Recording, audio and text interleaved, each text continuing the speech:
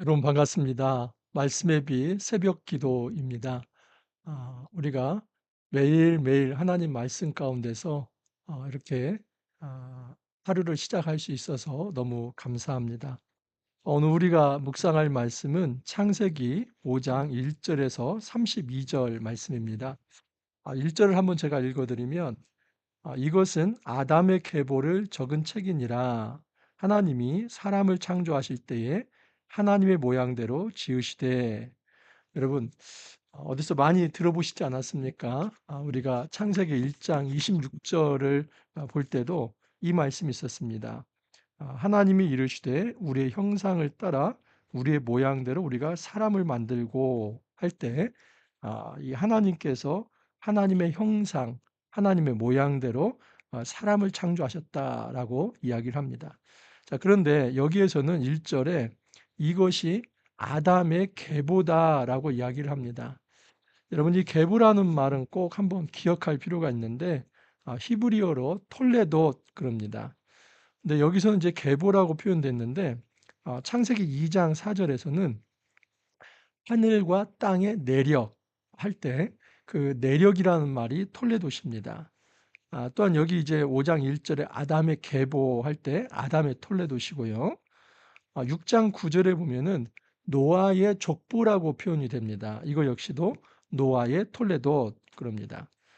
그리고 10장 1 절에서는 셈과 함과 야벳의 족보 할 때 그 족보라는 말이 또 톨레돗입니다. 그리고 창세기 11장 10 절에 셈의 족보 할 때 그 족보도 톨레돗입니다. 또한 11장 27 절에 데라의 족보 할 때 그것도 데라의 톨레돗 그럽니다. 25장 12 절에서도 이스마엘의 족보 할 때 그 역시도 이스마엘의 톨레도 그러시고 그러고요. 25장 19 절에 이삭의 족보라고 얘기를 합니다. 그거 역시도 이삭의 톨레도. 36장 1 절에서도 에서 곧 에돔의 족보라고 하는데 그 역시도 에서의 톨레도시라고 볼 수 있고요. 37장 2 절에도 야 야곱의 족보 하는데 이 역시도 히브리어로는 야곱의 톨레도 그럽니다. 그래서 이 창세기에는 톨레도시라는 말이 10번 나옵니다. 근데 이 톨레도시 10번 나올 때마다 한 번 나올 때마다 문단이 바뀌는 거예요. 그래서 창조를 하고 2장 4 절에서 그 창조를 요약하면서 "하늘과 땅의 톨레덧, 하늘과 땅의 내력이다."라고 얘기를 하는 겁니다. 그리고 5장 1 절에서 이제 아담의 계보를 이야기하면서 아담의 톨레도 이야기를 하는 것이고, 그리고 이제 5장 그 마지막 부분에 노아라고 하는 사람이 나오는데 이제 6 장에서 9 장이 노아 홍수 장면입니다. 그때 6장 9 절에서 노아의 톨레도를 이야기하는 것이고요. 그리고 인제 10 장부터는 이제 홍수 이후에 새로운 세상이 열리죠. 거기서는 노아의 자녀들인 셈, 함, 야벳의 톨레도 이렇게 나오는 겁니다. 그리고 이제 셈, 함, 야벳 중에서도 이제 하나님의 언약 계보가 이루어지는 가문이 셈이죠. 그래서 셈의 톨레도 나오는 것이고요. 그리고 11장 27 절은 바벨탑 사건이 있을 때에 아브라함 죄송 예 맞습니다. 이 아브라함의 아버지 이름이 데라죠. 그래서 데라의 가족, 이 데라의 톨레도시 나오는 것이고요. 그리고 이제 이스마엘이 하나 또 들어갑니다. 아브라함의 이제 이삭의 아브라함이 이삭을 낳는데 그전에 낳은 아들이 인제 이스마엘이 있기 때문에 그 이스마엘의 족보를 이야기하고, 그리고 이삭, 또 이삭의 아들이 인제 야곱과 에서이지 않습니까? 그래서 먼저 에서가 나오고 야곱이 나오고, 그래서 이 창세기는 어찌 보면은 '톨레도스의 서술이다.'라고 볼 수도 있습니다. 처음 창조, 이 하늘과 땅의 내력이 무엇인가, 그리고 하나님께서 창조하신 이 사람들의 내력이 무엇인가, 그것을 표현하는 것이 창세기다라고 볼 수 있습니다. 그러면 과연 여러분 이 톨레도시 말하려고 하는 의미가 무엇인가 하는 것입니다. 저는 예를 들어서 제가 부한 임시 30대 손 그럽니다. 그러면 저는 부한 임시 톨레도, 제가 그런 내력, 그런 계보를 가지고 있다고 볼 수 있지 않습니까? 우리가 흔히 이 땅에서도 이 족보, 계보를 얘기하는 이유가 뭡니까? 나의 근원이 어디인가를 찾기 위해서 그런 얘기를 하는 것이죠. 그래서 창세기에서는 하늘과 땅의 토래도 할 때 하늘과 땅의 이 기원이 어디에 있다는 겁니까? 하나님께 있다는 것을 이야기하고 싶어서 하늘과 땅의 내력이라고 얘기하는 겁니다. 또 아담의 톨레도 하면은 아담의 계보, 아담을 만드신 이가 누구입니까? 하나님이죠. 그래서 모든 이 세상의 족보, 이 세상의 계보는 사람의 조상을 강조하려고 하지만 창세기에서 모든 톨레돗은 어디에 초점이 맞춰져 있냐면 세상 만물도 세상의 생명도 하나님으로부터 시작되었다. 그것을 말하기 위해서 계속 톨레돗을 이야기하는 것입니다. 하나님의 사람 창조에 대해서 다시 한번 1절, 2절에 이야기하는데 거기 보면 하나님이 사람을 창조하실 때에 하나님의 모양대로라고 얘기를 합니다. 여러분 이 모양이라는 말 우리가 이미 묵상을 했던 말입니다. 자, 창세기 1장 26절을 보면 하나님이 이르시되 우리의 형상을 따라 우리의 모양대로 거기에서 이 모양이 똑같은 말이죠. 히브리어로는 네뭇 이게 모양입니다. 그리고 하나님의 형상이 히브리어로 뭐라고 그랬습니까? 이건 좀 외워놓으실 필요가 있는데 첼렘 그럽니다. 첼렘. 그래서 하나님의 형상 첼렘대로 또 하나님의 모습 네뭇으로 이렇게 창조했습니다. 누구를 첫사람을 누구를 이렇게 창조했죠? 아담을 하나님의 형상, 하나님의 모습으로 창조를 한 것이죠. 자, 그런데 이 뒤에 보면은 아주 재미있는 표현이 하나 나옵니다. 3절을 보면은 3절이죠. 아담은 130세에 자기의 모양, 자기의 형상과 같은 아들을 낳아. 여기 아담은 셋을 낳았는데 130세에 셋이라고 하는 아들을 낳았는데 그 셋은 누구의 모양, 누구의 형상이라고 합니까? 이것은 아담의 모양, 아담의 형상이죠. 아담은 누구의 모양, 누구의 형상이라고 그랬어요? 하나님의 형상, 하나님의 모양이죠. 그래서 어떻게 되는 거냐면 아담은 하나님이 직접 흙으로 만드신 거죠. 이 흙은 진흙이 아니라 먼지라고 하는 아파라. 그래서 물질 원자라고 하는 것을 제가 말씀드렸죠. 그래서 처음 사람을 창조할 때는 하나님께서 물질 원자를 가지고 그 아파르를 가지고 이 사람을 창조했어요. 그렇지만 그 다음에 이 셋이라고 하는 존재는 아담의 형상, 아담의 모양이라고 하는 것은 아담과 하와의 이 생물학적 결합을 통해서 태어난 이 생물학적 인간이다 하는 것을 알 수 있죠. 그래서 아담의 형상, 아담의 모양이라고 하는 것은 이 셋이 생물학적 인간이라고 하는 것을 이야기하는 겁니다. 근데 이 아담의 형상, 아담의 모양이라는 말과 하나님의 형상, 하나님의 모양이라는 말이 히브리어로 똑같아요. 형상, 이 모양이라는 말이. 이유는 뭐겠습니까? 결국 생물학적 인간으로 태어난 이 셋도 거슬러 올라가면 누구의 형상, 누구의 모양이라고 하는 것을 말하고 싶은 겁니까?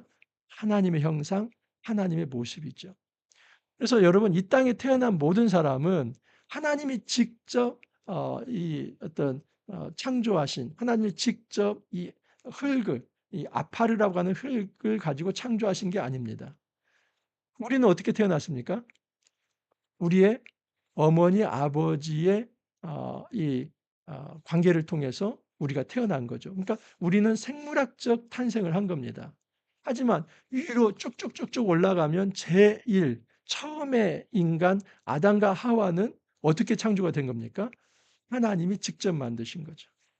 그래서 지금 이 성경에서 말하려고 하는 이 톨레도의 어떤 목적은 무엇이냐면 이 세상에 존재하는 모든 생명, 이 세상에 존재하는 모든 사람은 그 기원이 하나님께 있다. 그것을 이야기하는 것이죠. 여기서 또 하나 좀 중요한 것은 1절에 사람을 창조하실 때에 하나님의 모양대로 지으시되 그런데 2절 한번 보십시오. 남자와 여자를 창조하셨고 그 남자와 여자들을 뭐라고 지칭을 합니까? 그들이 창조되던 날에 하나님이 그들에게 복을 주시고 그들의 이름을 뭐라고 얘기합니까? 사람. 이 사람이라는 말이 히브리어로 뭔지 아십니까?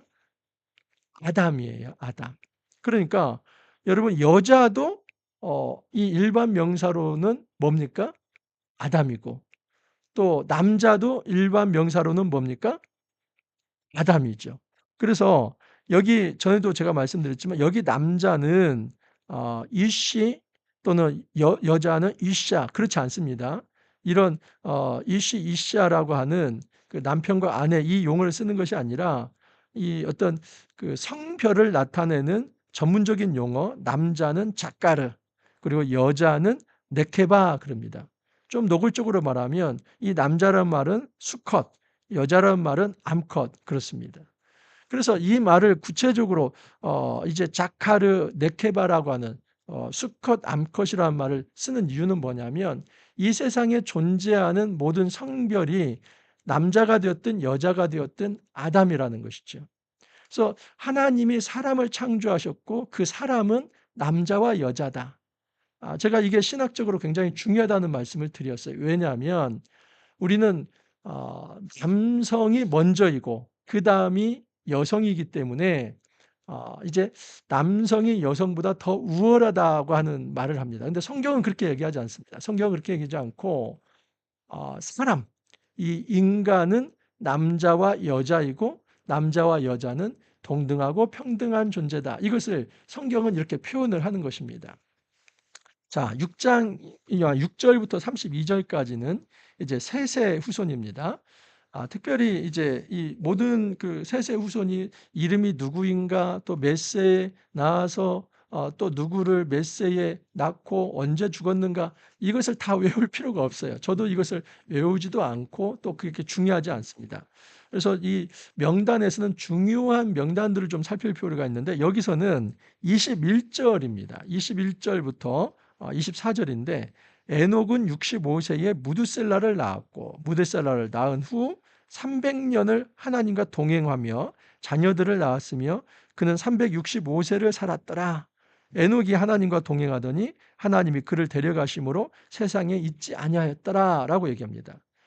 그래서 셋의 후손 중에 에녹이라고 하는 사람이 나옵니다. 근데 이 에녹은 이제 사실 365세이기 때문에 무드셀라가 969세까지 굉장히 장수했죠. 근데 그 장수한 최고 이제 오래 산 사람 무드셀라에 비하면 이 에녹은 365세니까 상대적으로 단명했다고 봐야 돼요.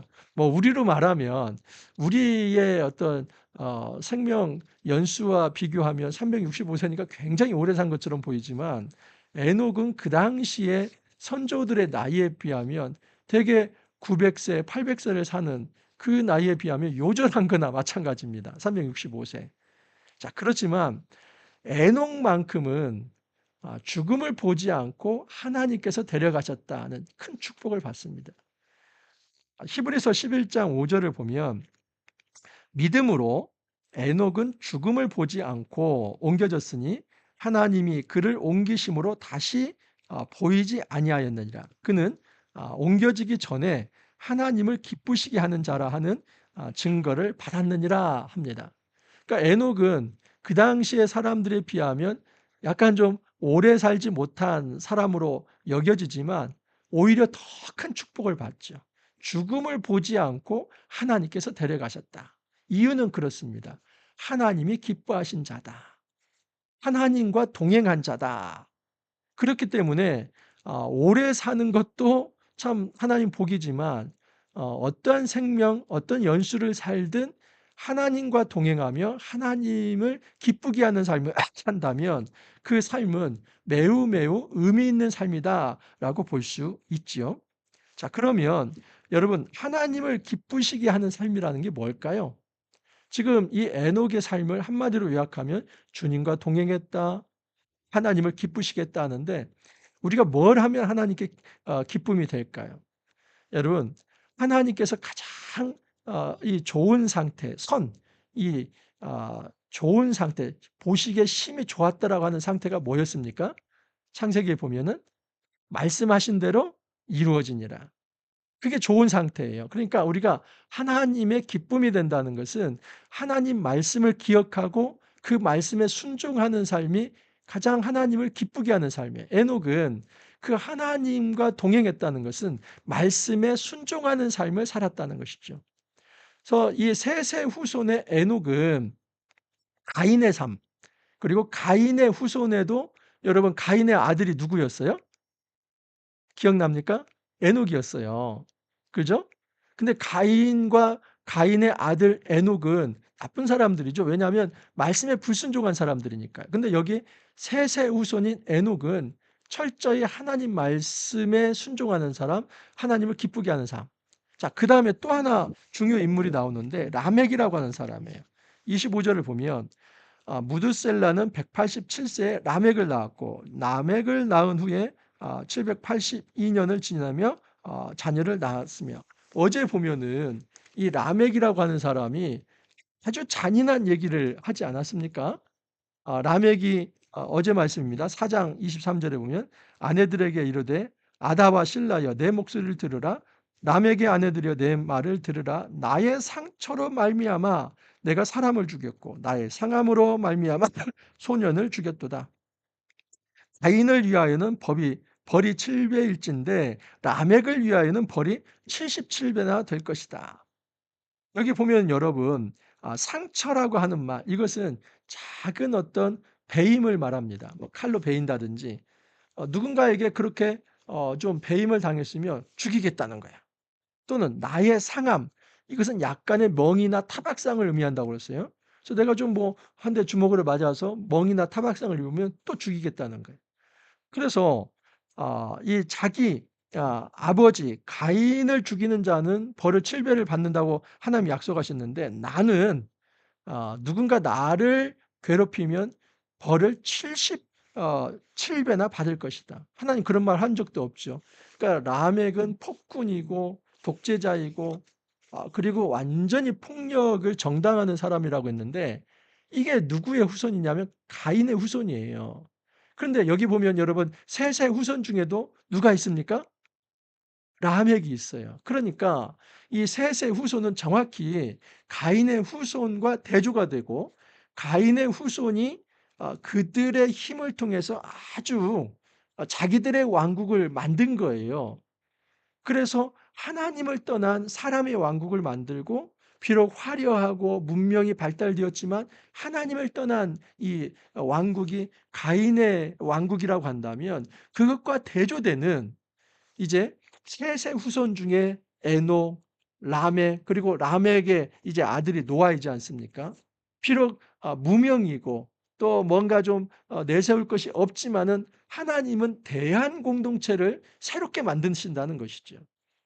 이게 하나님의 작전입니다. 우리는 이 세상에 예수 믿지 않는 자들, 또 하나님을 알지 못하는 자들이 죄와 사망의 폭력의 문화를 만들어서 뭔가 사회를 발전시키는 것 같지만 그 안에 어두운 그림자가 있지 않습니까? 죽음의 그림자가 있지 않습니까? 근데 하나님은 그런 방식이 아니라 하나님의 백성을 통해서 생명의 문화, 또 평화의 문화, 자유의 문화, 또 정의의 문화를 창출해 가시겠다 하는 것을 말씀을 하는 것이죠. 자, 한 가지만 조금 더 이제 살펴보면 6 절부터 이제 마지막 32 절까지 반복되는 말이 이제 후렴구가 있는데, 예를 들어서 8 절에 보면 그는 92 세를 살고 죽었더라. 또 11 절에 보면은 그는 905 세를 살고 죽었더라. 또 14 절에 보면 그는 910 세를 살고 죽었더라. 또 16 절에 보도 17 절에도 살고 죽었더라. 또 20 절에도 살고 죽었더라. 그리고 27 절에도 살고 죽었더라. 뭐가 반복이 됩니까? 이 후렴구의 어떤 종결어구가 반복이 되는데, 그것은 살고 죽었다는 거예요. 그리고 이것이 반복이 되어서 제일 마지막에 이 창세기 50장에 보면은 이 요셉이 죽는 장면으로 나옵니다. 그러니까 창세기는 어떻게 시작이 되는 거냐면 하나님의 생명을 창조하셨죠. 근데 그 생명이 죽었다로 끝나는 거예요. 가슴 아픈 거죠. 하나님의 창조는 가장 선하고 아름다운 생명이라고 말씀드렸잖아요. 이 생명이 하나님 보시기에 가장 좋은 상태예요. 그런데 창세기는 어떻게 끝나느냐? 가장 보시기에 안 좋은 상태, 죽음으로 끝나는 거예요. 그러니까 아무리 오래 살아도 살고 죽었어요. 살고 죽었어요. 처음 창조의 하나님의 아름다움이 이렇게 깨어져서 좋지 않은 상태가 된 거죠. 자, 그런데 마태복음에 보면은 마태복음 1장 1 절에 보면 "아브라함과 다윗의 자손 예수 그리스도의 계보다." 이런 말이 나오죠. 이 계보라는 말이 물론 여기 헬라어지만 히브리어의 톨레돗을 가져온 거예요. 그러니까 창 하늘과 땅의 내력 또 아담의 족보 이것이 쭉 이어져서 누구의 계보로 이어지는 겁니까? 예수의 계보. 그래서 마태복음에는 이제 낳고 해 가지고 죽음이 없어요. 그다음에 누가복음에는 보시면요. 누가복음은 예수로부터 쭉 아담까지 올라갑니다. 그래서 예를 들어서 누가복음 22 장 누가복음 2 장입니다. 2장 23 절에서 38 절에 이제 예수 요셉의 아들이니 요셉의 위는 헬리오 해 가지고 쭉 올라가는데 37 절에 보면은 누가복음입니다. 삼 삼 2장 37 절 어 예. 3장 37 절입니다. "그 위는 무드셀라요. 그 위는 에녹이요. 그 위는 야렛이요. 그 위는 마할랄렐이요. 그 위는 가이난이요. 그 위는 에노스요. 그 위는 셋이요. 그 위는 아담이요. 그 위는 하나님이시니라." 그러니까 누가복음에서는 이 예수의 톨레돗을 어디로 올라가게 하는 겁니까? 예수의 육친의 아버지는 요셉이냐 올라가고 올라가면 거기에 이제 뭐 그 셋도 나오고 그리고 아담도 나오고 아담 위에 하나님이 있다. 그래서 창세기의 이 톨레도 창세기의 계보가 하나님이 기원이라고 했다면 복음서에서도 예수의 이 근원이 어디에 있다는 걸 얘기하는 겁니까? 하나님. 예수의 육친의 이 족보를 쭉 따라가 보면 아담이지만 아담 위에 하나님이죠. 그래서 예수님이 이 땅에 제2의 아담이 아니라 마지막 아담으로 오셨다는 것을 성경은 얘기합니다. 그래서 첫사람 아담이 실패했을 때 예수님은 마지막 아담이 되셔서 이 땅에 오셔서 첫사람 아담의 실패를 예수님은 순종으로 바꿔내시는 것이죠. 자, 그래서 여기 5장 1 절에서 32 절은 셋의 후손에 대해서 쭉 얘기했는데 하나님께서 셋을 통해서 새로운 세상을 만들어 가시는 이제 하나님의 계획을 얘기하는 겁니다.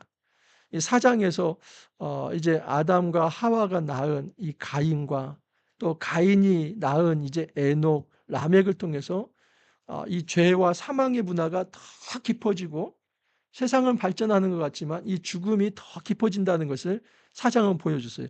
여기만 보면 우리가 절망하죠. 그러나 하나님은 5 장에서 이 아담과 하와를 통해서 또 다른 생명 셋을 만드시고 그 셋을 통해서도 또 에녹을 보내시고 셋을 통해서도 또 라멕을 보내서 결국은 하나님이 이 세상을 하나님 보시기에 좋은 상태로 바꿔내신다는 거죠. 그리고 궁극적으로는 예수님이 이제 하나님의 온전한 이제 아들이 되셔서 이 땅에 오셔서 이 창세기의 톨레도 창세기의 계보를 예수님이 성취하신다는 것이 바로 오늘 셋의 이 계보의 모습입니다. 그렇다면 여러분 우리는 어떻게 살아가야 할까요? 가인의 후손으로 살아가야 할까요? 아니면 셋의 후손으로 살아가야 할까요? 당연하죠. 우리는 셋의 후손으로 살아가야 합니다. 이 땅에서 우리가 그 죽음과 폭력 또 이제 악의 문화를 만들어가는 가인의 후손이 아니라 생명과 평화 이 선의 문화를 만들어가는 이 셋의 후손으로 살아갈 수 있기를 간절히 소망합니다. 기도합니다. 주님 감사합니다. 창세기의 이 족보, 내력, 이 톨레도스에 대해서 살펴보았습니다. 창세기의 모든 족장들은 낳고 죽고 했다고 합니다.